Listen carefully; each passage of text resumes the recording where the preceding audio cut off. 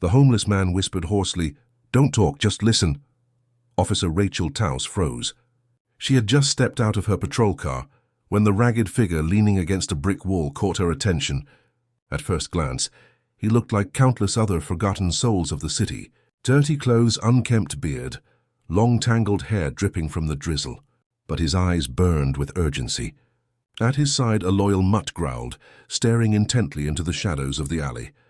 Rachel's instincts screamed danger, but her hand hesitated on her holster. Something about his tone made her pause. Rachel studied him for a moment longer.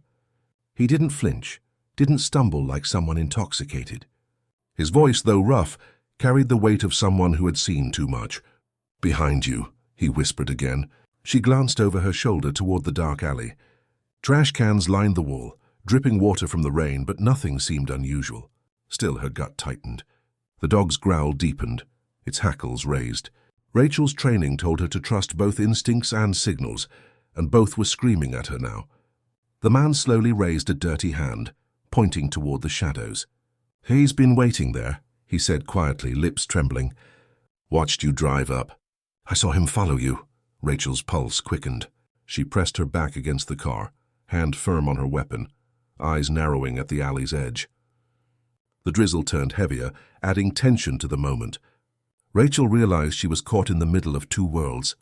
A uniformed protector of the law and a ragged man society dismissed, warning her of something unseen. She whispered sharply, "Who's there?" Her voice echoed off the wet brick walls.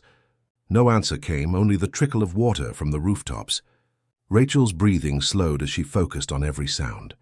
Suddenly a faint scuffle broke the silence, shoes brushing against pavement, quick and nervous. Her muscles tensed. The homeless man's dog barked once, sharp and fierce, pulling at the moment. Rachel lifted her flashlight and aimed it toward the alley, the beam slicing through the rain like a blade. A figure bolted from the darkness. Rachel reacted instantly, hand snapping to her gun, but the homeless man's hoarse voice cut through the chaos. "Don't shoot. He's got a knife." The stranger lunged forward, a glint of metal catching the dim streetlight. Rachel stepped, pulling her weapon free, heart hammering. The dog snarled, leaping forward, teeth flashing. For a split second, time seemed to slow. Rachel had to decide. Pull the trigger or trust the warning. That fraction of hesitation was enough for the fight to truly begin. The stranger stumbled but didn't stop. He lunged closer, knife raised high. Rachel dodged backward, her foot slipping slightly on the wet ground. The homeless man, without a second thought, pushed himself forward, intercepting the attacker. His ragged body crashed into the knife-wielding figure, both tumbling into the puddles on the ground. Rachel froze, her gun raised, unsure whether to shoot. The dog barked and snapped at the assailant, buying precious seconds. Rain poured down heavier, soaking them all, turning the fight into a chaotic blur of movements and shadows. Rachel shouted, "Get off him!" But the homeless man grunted, holding the stranger's arm back with all his strength. The knife slashed inches from his face, but he didn't let go. Rachel circled quickly, aiming her gun, trying to find a clear shot without hitting her unexpected ally.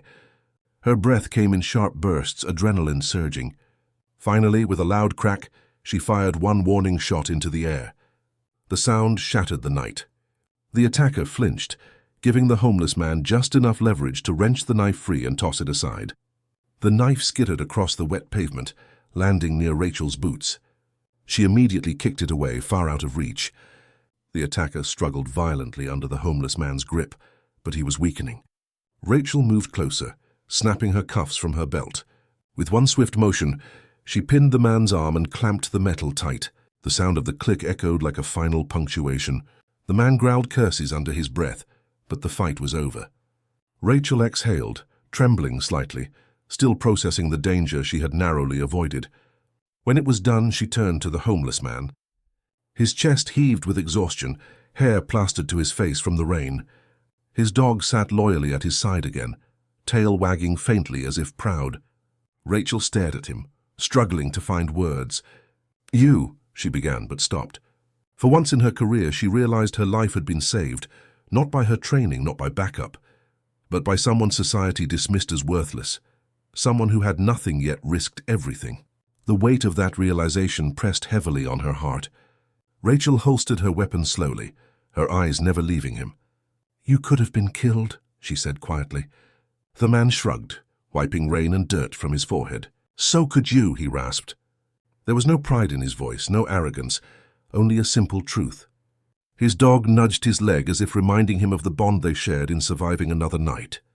Rachel suddenly felt a pang of guilt for the suspicion she had felt when she first saw him. She had been wrong, and she knew it.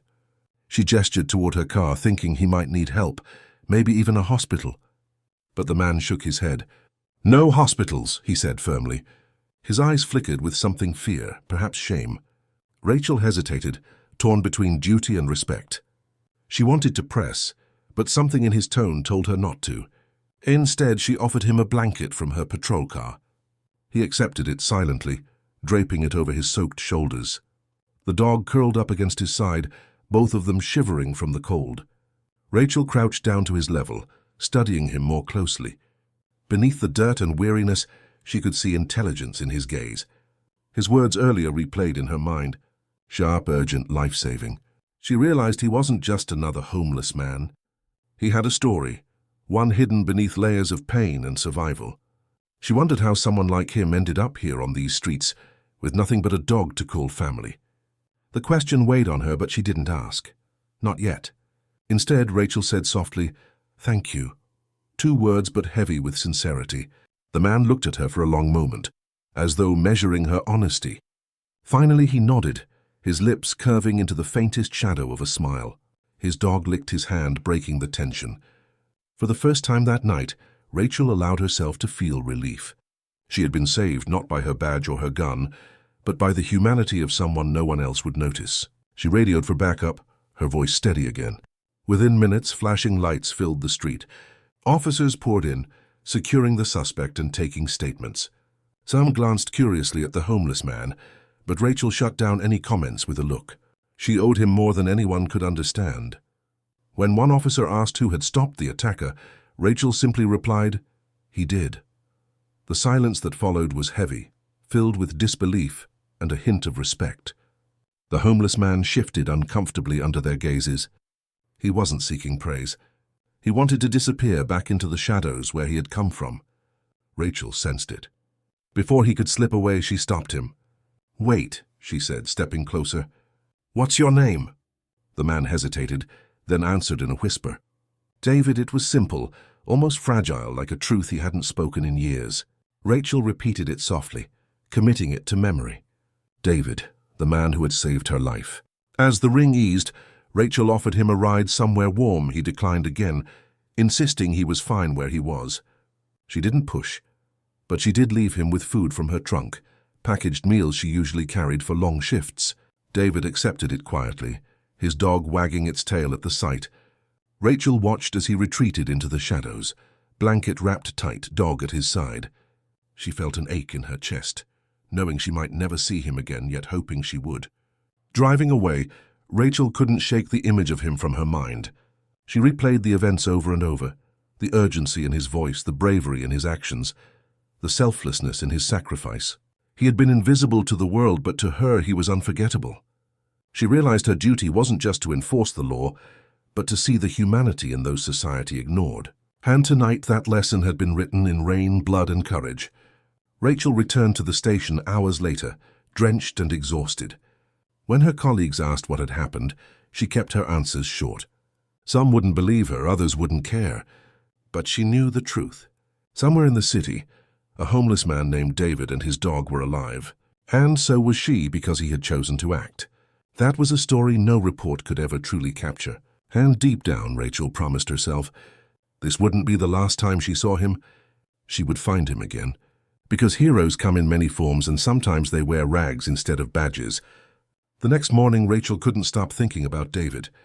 She replayed the scene over and over. The rain, the knife, the raw courage of a man who had nothing. She wanted to know more about him. But the city swallowed people like him easily.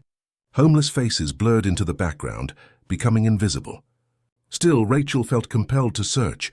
She drove the same streets, checked alleys, and even asked around in shelters. Everyone had heard of the guy with the dog, but no one knew exactly where he stayed. David remained a ghost in plain sight. Days passed, but Rachel didn't give up.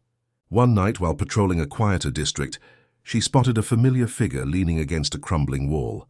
His dog was curled at his feet, his ears perking up at the sound of her car. Rachel pulled over and approached slowly. David lifted his head, surprised but calm. "Thought you'd forgotten," he said hoarsely. Rachel shook her head. "Not a chance." She handed him a fresh sandwich and some bottled water. He accepted silently, but his eyes softened. It was the beginning of an unspoken trust. Rachel sat on the curb beside him, ignoring the stars of passers-by. "Why'd you do it?" she asked after a long silence. David didn't answer right away. He scratched the dog's ear, eyes fixed on the wet pavement. Finally, he said, "Because no one else would, and because you didn't look at me like trash when you saw me." His words struck Rachel deeply. She realized how often people like him were dismissed, ignored, dehumanized. For David, that one moment of acknowledgement had been enough reason to risk everything. Over the following weeks, Rachel kept finding reasons to check in on him. She'd bring food, a blanket, or sometimes just conversation. David was reluctant to share his story, but pieces slipped through. He had once held a steady job, even had a small apartment. Life, however, had unraveled quickly: an accident, medical bills, the loss of his family, and soon the streets became his only home. Through it all, his dog Max had been his anchor. "He saved me more than once," David admitted, rubbing Max's head. Rachel understood the weight behind those words. Rachel started noticing how sharp David's mind was. He spoke several languages, knew history and literature, and had a perspective on the city she rarely heard. "You're wasted out here," she told him once. He only smiled bitterly. "The world doesn't want men like me anymore." But Rachel disagreed. She began to see David not as a hobo, but as someone with dignity, courage, and wisdom hidden beneath the grime. Each encounter deepened her respect for him. Slowly, she began to wonder if maybe she was supposed to be part of his story. One stormy night, Rachel found David sheltering under a bridge. The rain pounded like hammers, and the cold cut through everything. She insisted he come with her just for the night to the precinct's spare cot. He resisted, but Max nudged him forward as if giving permission. Reluctantly, David agreed. When he entered the station, curious eyes followed. Officers whispered some sneering, but Rachel stood firm. "He saved my life," she reminded them. That silenced the room. For one night, David and Max had a roof, warmth, and food. David didn't stay long at the precinct, but the experience left an impression. "It felt strange," he admitted later. "Like I didn't belong, but also like I remembered what it was to be human again." Rachel assured him that he had never lost that humanity. Slowly, their bond grew into something more than gratitude. It became friendship. She realized she looked forward to their conversations, the quiet wisdom he carried, and even the way Max wagged his tail when he saw her. In the chaos of her job, David became her calm, but trouble wasn't far. One evening, Rachel was called to a disturbance near an abandoned warehouse. When she arrived, she realized with dread that David was involved. A group of gang members had cornered him, mocking his ragged clothes, threatening to take Max. Rachel's heart pounded as she rushed in. "Police, drop it," she shouted. The gang sneered but scattered when backup arrived. David had bruises on his face, but Max was safe. Rachel knelt beside him, helping him up. His eyes met hers with quiet gratitude, but also shame at being seen so vulnerable. That night, Rachel stayed longer than she should have, patching his wounds with a small first aid kit from her car. "You don't owe me this," he muttered. Rachel shook her head firmly. "You saved me once. Now it's my turn." For the first time, David didn't argue. He let her help, and in that silence something unspoken passed between them. Rachel realized this man, discarded by society, had become one of the most important people in her life. It scared her, but it also gave her a strange kind of hope. Weeks rolled by and their friendship deepened. Rachel began leaving small notes at the spots she knew David frequented, reminders to meet or simply kind words. Davis saved them carefully, hidden in the folds of his worn jacket. To him, they were treasures. Max, too, grew fond of Rachel, often running to greet her with wagging tail and wet nose. The three of them formed an unlikely bond. A cop, a homeless man, and a loyal dog. The city was still cruel, but together they carved out moments of warmth in its cold streets. Rachel started asking herself a dangerous question. What if David could start again? She looked into shelters, rehabilitation programs, even temporary jobs. Each time David resisted. "I'm fine out here," he'd say. But Rachel saw through the lie. She saw the weariness in his bones, the longing in his eyes whenever they passed families or warm cafes. He was surviving, not living. And Rachel wasn't ready to let him fade away into the city's forgotten corners. She wanted more for him, even if he didn't believe he deserved it. Then came a turning point. One night, Rachel responded to a call about a missing child.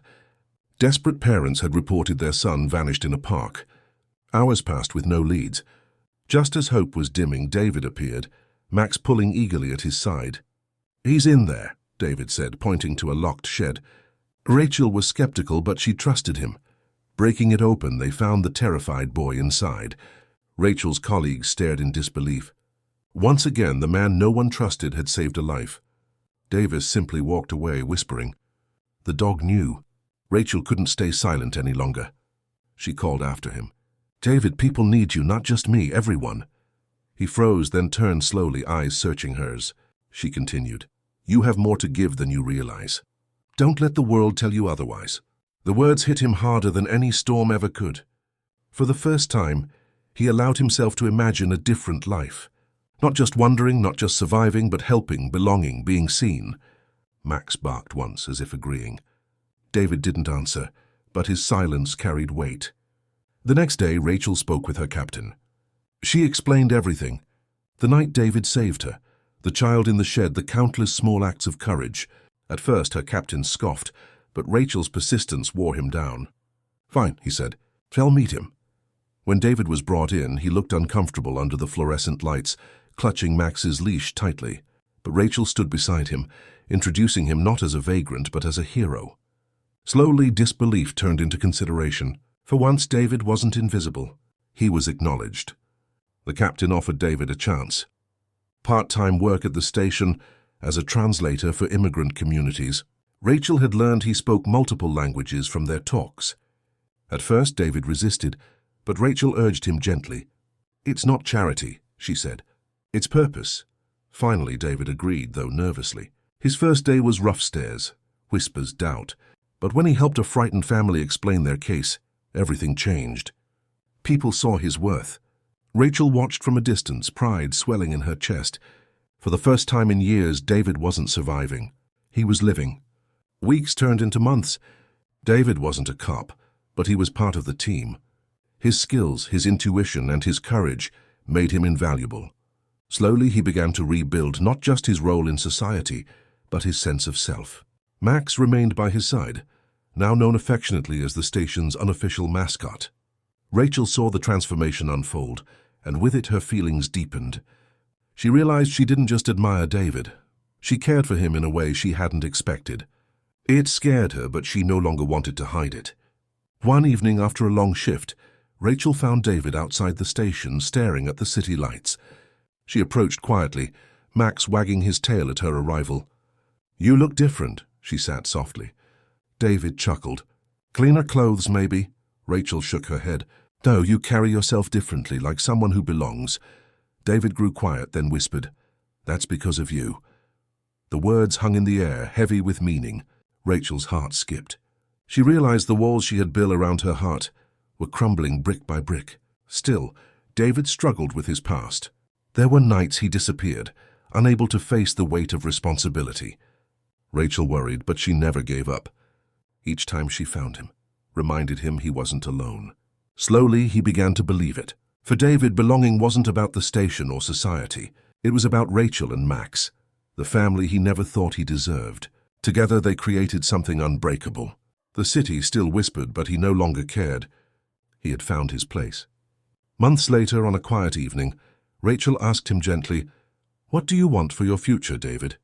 He looked at her, then at Max, and finally back at her. "I don't know," he admitted. "But for the first time in years, I want one." Rachel smiled, her eyes glistening. "Then let's build it together." It was a promise, unspoken but real. Under the city lights, with Max resting peacefully between them, a cop and a homeless man found hope, not just in survival, but in the possibility of a new life. The city had started whispering David's name. Word of the missing child he and Max had saved spread far beyond the precinct. Newspapers ran stories calling him the unlikely hero. For a man who once hid in shadows, the attention felt surreal.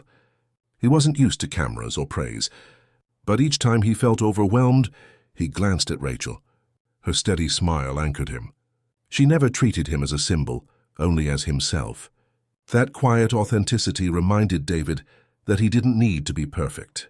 He just needed to keep showing up one day at a time. With Rachel's encouragement, David agreed to attend a community meeting. Parents wanted to thank him in person. Children wanted to pet Max, and officials wanted him to speak. He nearly backed out, but Rachel squeezed his hand gently. "Just tell them your truth," she whispered. Standing before the crowd, David's voice trembled.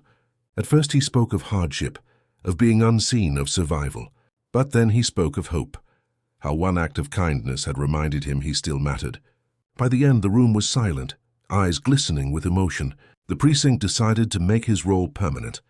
Though he wasn't an officer, his ability to connect with the forgotten became invaluable.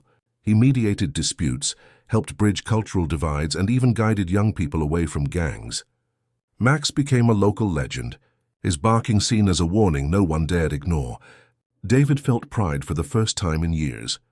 Pride not in wealth or status, but in the quiet truth that he had turned pain into purpose. In every step of that transformation, Rachel had been by his side, believing when he couldn't. One evening, Rachel invited him to dinner at her apartment. Nervous, David brought flowers he had bought with his first paycheck. He laughed at himself, thinking how strange it felt to be nervous about something so simple. Rachel opened the door, her eyes widening at the flowers. "They're beautiful," she said softly. For the first time in a long while, David allowed himself to feel something tender. They talked for hours over homemade pasta. Between laughter and long silences, a new understanding grew. They weren't just allies anymore. They were two hearts cautiously reaching toward each other.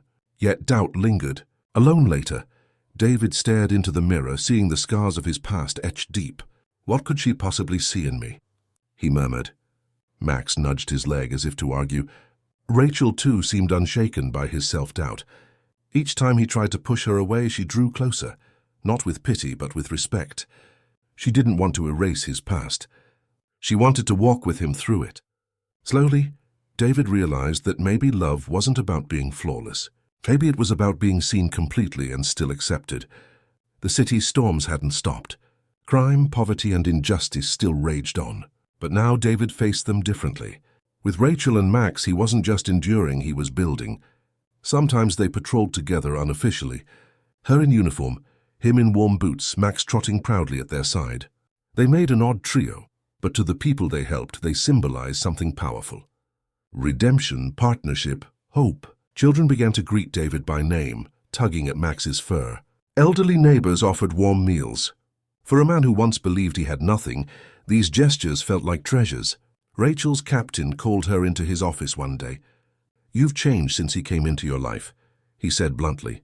She braced herself for criticism, but instead he smiled. "For the better. You fight harder. You care deeper." Maybe we all needed someone like David to remind us why we wear the badge.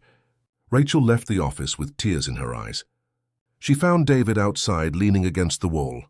Max curled nearby. She simply whispered, "You're changing more lives than you realize." For once, David didn't argue. He just let the truth sink in. The turning point came at a city ceremony where David was formally recognized for bravery. Standing on stage, he fidgeted nervously, but Rachel's presence steadied him. When asked to speak, he didn't tell a story of heroism. Instead, he said, "I'm not a hero. I'm just a man who was given a second chance. Don't look at me. Look at those you ignore every day. They matter, too." The applause that followed was thunderous. Rachel's eyes shone with pride, knowing he had spoken not for himself, but for all the unseen souls still waiting for their chance. That night, as they walked home together, the city lights glowing around them, Rachel slipped her hand into his. David stiffened, then relaxed, letting warmth flood through him. For so long he had been cold inside and out, but now something had changed. With Rachel's faith and Max's loyalty, he had found not just survival but belonging. "Do you ever think about tomorrow?" Rachel asked quietly. David looked at her, then at Max. A small smile touched his lips. For the first time in years, he replied, "I actually do." It was hope, fragile but real. Months later, David moved into a modest apartment, his first home in years. The walls were bare, the furniture simple, but to him it was a palace. Max had his own corner with a bed and toys, courtesy of Rachel. One evening, as Rachel helped him unpack, David paused. "You saved me," he whispered. Rachel shook her head. "No, you saved yourself.